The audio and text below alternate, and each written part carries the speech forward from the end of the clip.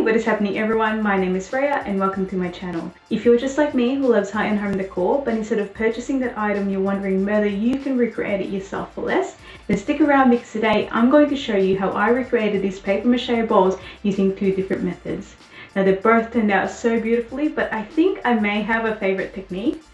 Not about to ruin anything for you here, so I'm going to let you see and decide for yourself which one you think will be best for you. So let me know down in the comments below which one is your preferred method. While you're at it, give this video a thumbs up if you like it, and let's jump right into the DIYs.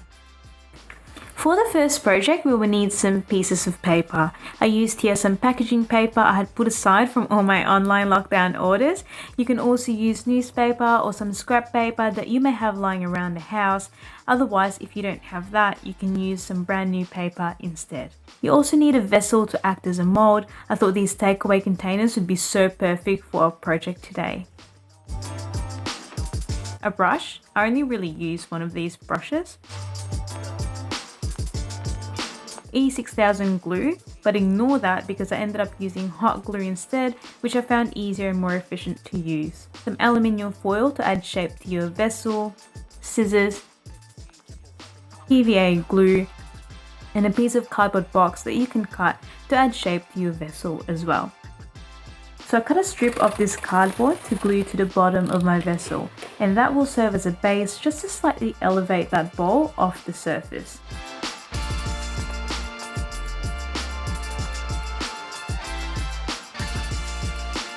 To make this vessel a little more interesting, I rolled up some aluminium foil. There's really no right way of doing this, just scrunch it up, glue it onto the vessel, and as you can see here, this is where the E6000 glue had let me down. It's just not sticking to the vessel, so I used hot glue instead, and that worked quite the treat.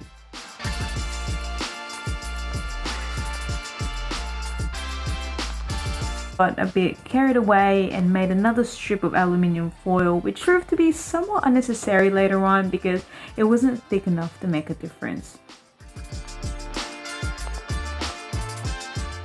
For the glue mixture, I used 1 part glue and 1 part water and mixed it thoroughly. Then I just applied the glue mixture to my vessel and started sticking the paper pieces on it.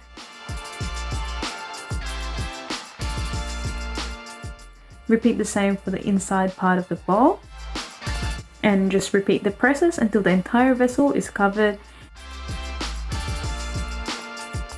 And here's the first layer completed, and just allow it to dry a little, at least halfway. Once half dry, I apply the second layer of paper pieces on top using the same method. Difference is, as you can see, I've gotten the hang of it now, and the paper pieces adhere easily onto the first layer.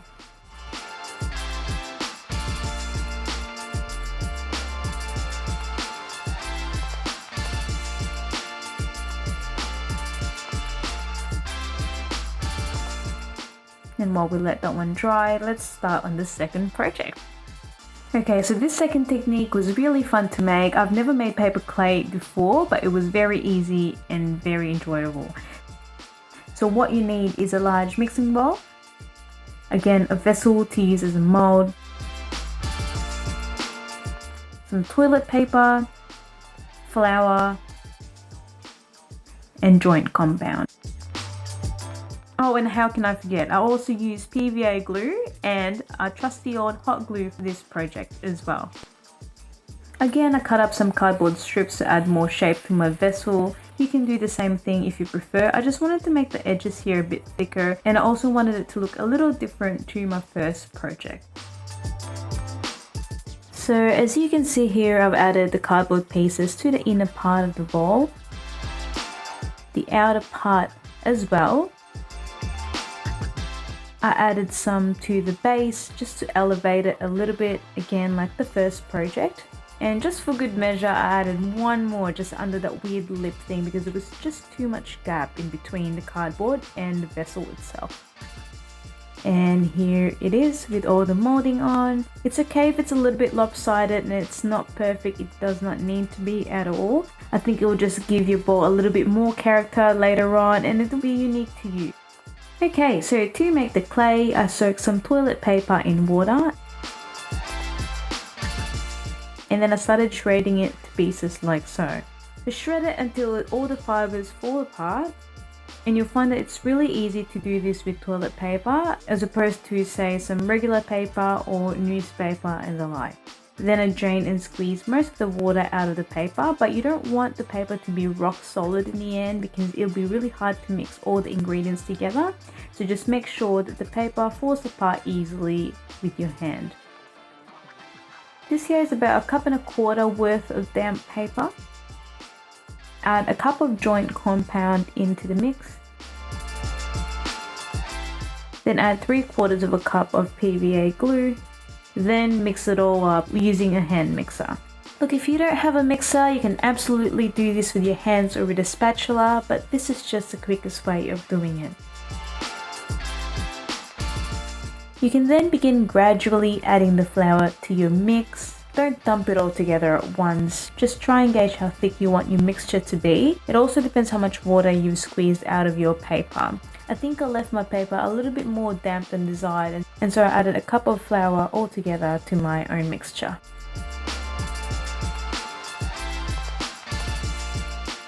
From here, you can literally just slap the paper clay onto that bowl, onto whatever vessel you may have, and cover it however you like. You can shape it to whatever shape you like. You can add some ridges, some bumps, some texture. It's completely up to you.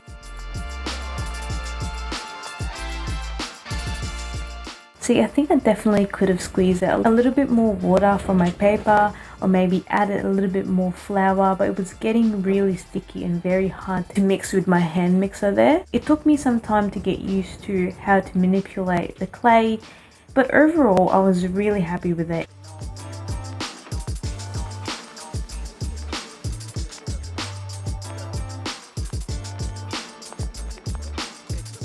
The only trouble with this is because it's a bowl, then you can only do one side at a time. And so I've had to do the outer part first, let it dry, and it took about 2 days or so. And then I've had to do the inner part of it and then wait another 2 days. Otherwise, it was really fun. You guys really need to try this method.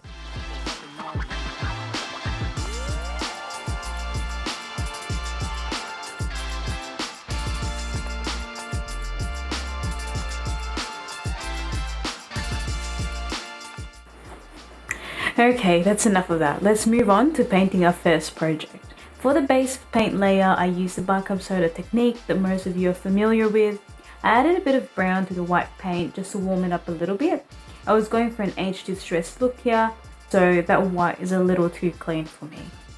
The bicarb soda will add texture to the surface, and I'm actually not a big fan of those uniform lines you can see here from the paper, so hopefully that will cover it up.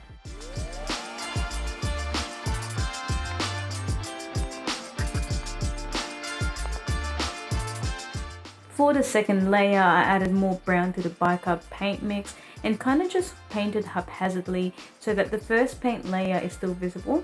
So you'll have a mix of dark and light paint for contrast.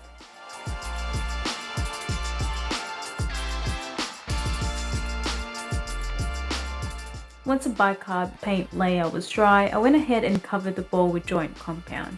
Look, you can do it this way or stop after the bicarb layer and call it a day. It is your project and it's completely up to you, so there's really no right or wrong process here. Then I use a damp sponge just to make the transition to joint compound appear more seamless, and I just repeated the process until I covered the entire bowl.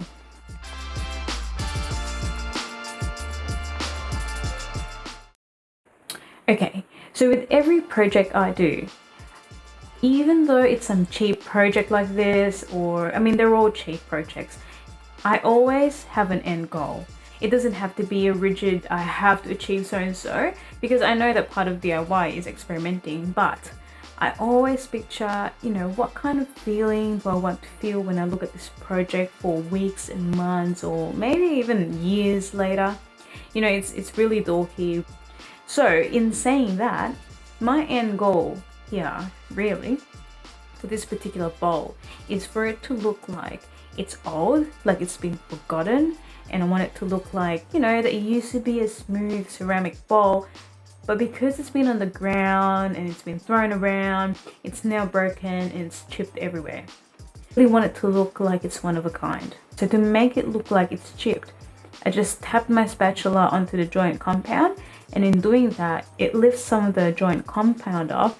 Then I sort of just flatten the edges a little bit, and then once it dries, you'll have a semi-smooth top layer and then a rough surface just underneath that peeking out.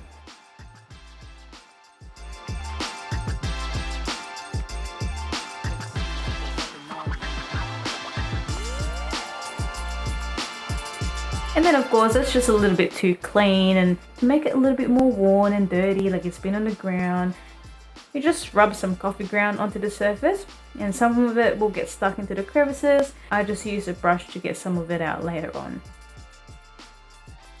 So this is it really. This is the first project all done, and I'll show you the end product in a little bit. In the meantime, let's paint the other bowl. So I use the same espresso acrylic paint. Espresso, it's brown guys. It's brown. So I diluted the brown paint with water, and I just covered the entire bowl with it as a base layer paint. From here on out, all I'll be doing is really just layering and layering and layering paint on top of each other. Next, I use the same paint color to randomly brush over the vessel to accentuate the uneven surface. Then I mix white and brown and just use my finger, and then also later a damp sponge to add some highlights to the bowl.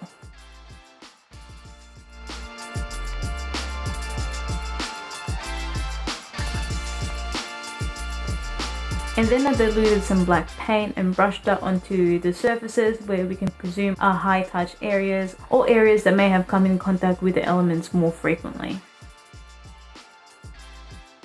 Then I mixed a bit of brown and black together for the crevices, just to add some shadow and depth.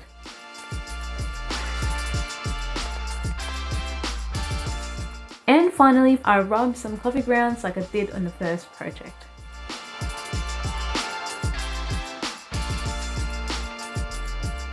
And then brush all the residue off. And that is it for this second project.